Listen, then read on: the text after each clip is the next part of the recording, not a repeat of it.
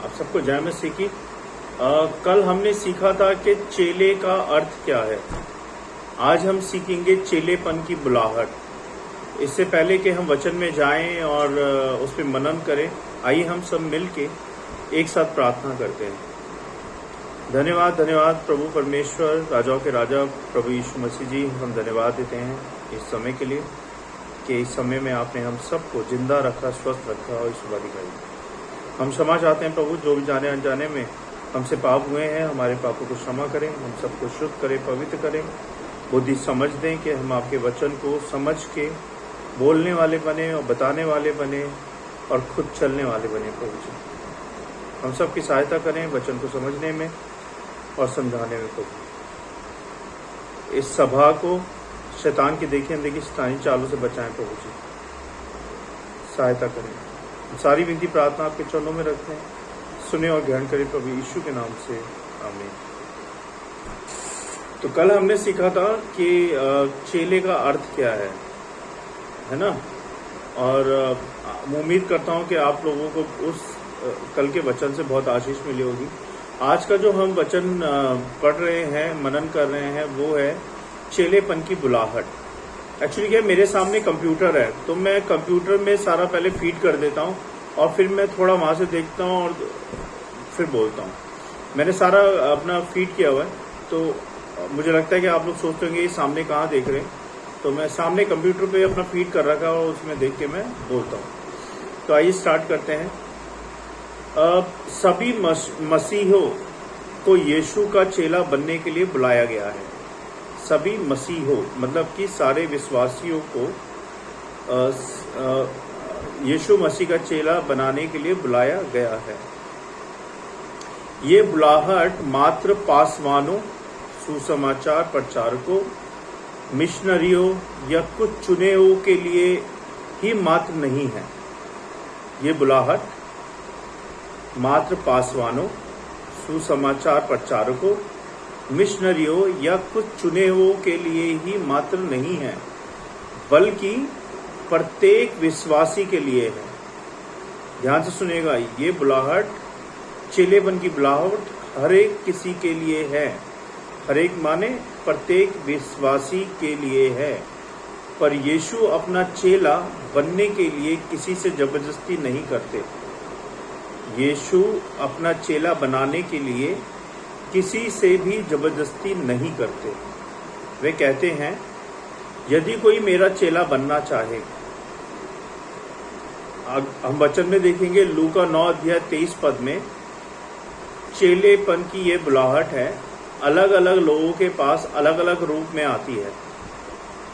चेलेपन की बुलाहट अलग अलग लोगों के पास अलग अलग रूप में आती है। उदाहरण, चेलों की बुलाहट है मरकुस 1 अध्याय 16 से 20 पद में लिखा हुआ है।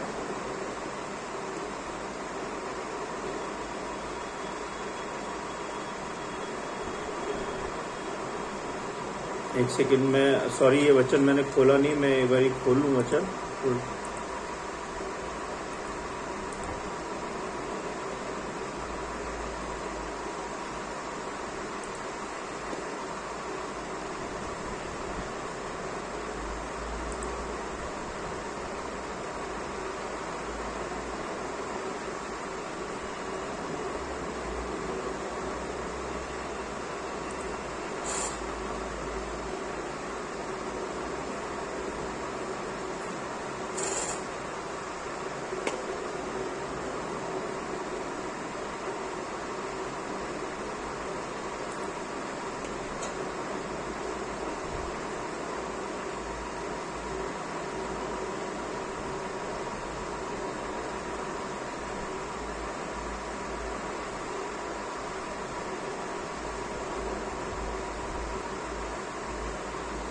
हाँ, मरकुस 1 अध्याय 16 से 20 पद में लिखा है, फिर यीशु ने गलील झील के किनारे चलते चलते शमौन और उसके भाई अंद्रयास को देखा।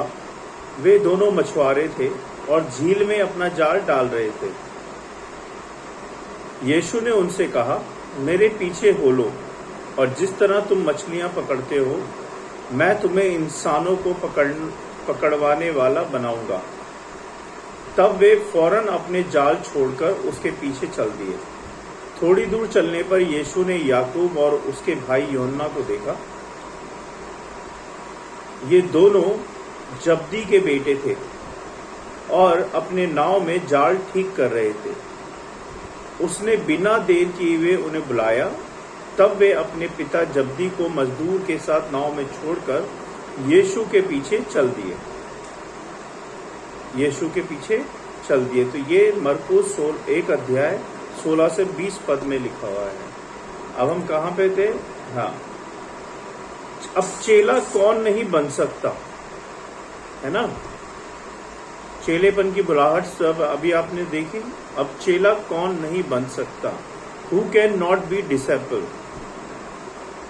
जिसने नया जन्म नहीं पाया, जिसने नया जन्म नहीं पाया।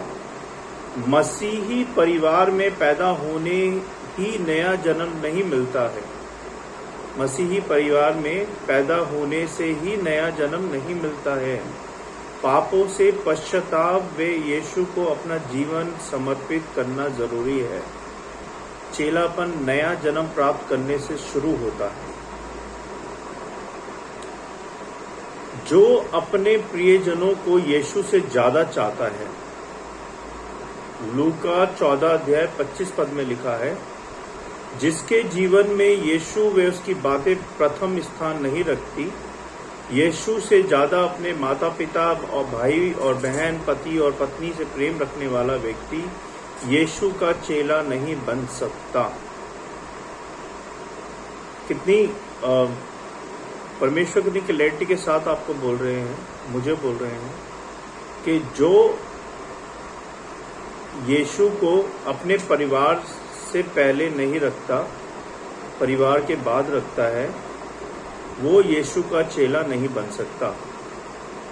अगर आप यीशु के चेले बनना चाहते हैं तो आपको अपना जीवन समर्पित करना पड़ेगा 100%। तभी आप यीशु के पूर्ण रूप से चेले बन पाएंगे। तीसरी बात वो कहते हैं, जो अपना क्रूस उठाकर यीशु के पीछे चलने को तैयार नहीं, अर्थात यीशु के मार्ग पर चलने के लिए जो दुख उठाने को तैयार नहीं है, वह यीशु का चेला नहीं हो सकता। ये दुख यीशु के नाम के खातिर अपमान, तिरस्कार, लज्जा, है ना, सताव के रूप में आ सकता है। और लूका 14 अध्याय 27 पद में लिखा है, ये जो अपने आप का इनकार करने को तैयार नहीं, वो चेला नहीं बन सकता। मत्ती 16 अध्याय 24 पद में लिखा है, अर्थात जो अपने अहम को पीछे रखने के लिए तैयार नहीं, अपनी मर्जी योजनाओं को यीशु की मर्जी के सामने झुकाने को तैयार नहीं, वह उसका चेला नहीं बन सकता।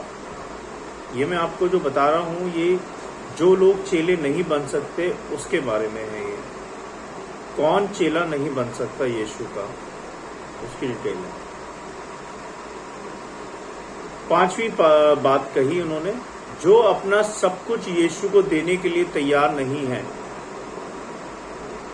अर्थात यीशु के लिए कुछ भी छोड़ना पड़े तैयार रहे, वो यीशु का चेला बन सकता है। लेकिन अगर वो अपना कुछ भी छोड़ने को, अपना सब कुछ देने को तैयार नहीं है, तो वो यीशु का चेला नहीं बन सकता। तो आज हमने 2 बातें सीखी हैं, एक तो चेलेपन की बुलाहट और एक हमने सीखी है चेला कौन नहीं बन सकता। उम्मीद करता हूं कि आप लोगों को इस वचन से बहुत आशीष मिले और इस वचन के द्वारा आप सब चेलेपन की बुलाहट और चेला कौन नहीं बन सकता, उस पे अपने अपने अपने अपने अपने ऊपर उस पे काम करें।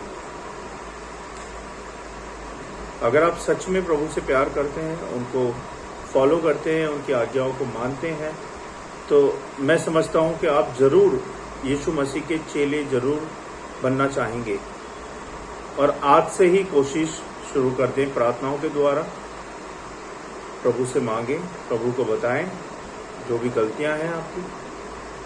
और जो चेले नहीं बन सकते हैं और जिनकी जो मैंने ये बातें बताई हैं वो भी कोशिश करें, वो जरूर चेले बन पाएंगे अगर वो अपने पापों का पश्चाताप करें। पहले तो है ना, पहले अपने पापों का पश्चाताप करें प्रभु यीशु के सामने और यीशु मसीह को प्रथम स्थान दें। यीशु मसीह को दूसरी बात यह है प्रथम स्थान दें। तीसरी बात, प्रभु यीशु मसीह के पीछे अगर चलना है तो अपना क्रूस उठा लें। दुख उठाने ही पड़ेंगे आपको अगर आप प्रभु यीशु मसीह के साथ चलना चाहते हैं। और जो दुख उठा सकता है प्रभु यीशु मसीह के साथ चलने के लिए, वही सक्सेस और सफल होगा प्रभु यीशु मसीह का चेला बनने में। चौथी बात, जो अपने आप का इनकार करने को तैयार नहीं है, अगर वो इनकार कर ले अपना, है ना, अपना अहम पीछे छोड़ दे, अपनी मर्जियों अपनी योजनाओं को यीशु मसीह पे थोपना छोड़ दें और यीशु मसीह की मर्जियों और योजनाओं को सुनना शुरू करें, उनको माने, उनकी आज्ञाओं पे चले, तो वह चेला बन सकता है। और अगर तुम यीशु मसीह को कुछ नहीं दे सकते तो आप चेले नहीं बन सकते। तो यीशु मसीह को उनका 10वां अंश देना शुरू करें, उनको अपना विश्वास देना शुरू करें, अपना आत्मसमर्पण देना शुरू करें, अपना जीवन देना शुरू करें, है ना, अपना समय देना शुरू करें, तो आप अच्छे चेले बन सकते हैं। उम्मीद करता हूं कि आपको इस वचन से बहुत कुछ समझ आ गया होगा। और अगर आपको मेरा वीडियो पसंद आता है तो प्लीज़ मेरे वीडियो को सब्सक्राइब करें, शेयर करें, लाइक करें और दूसरों को भी बताएं, जिससे कि जैसे कि आपका भला हुआ है दूसरों का भी भला हो।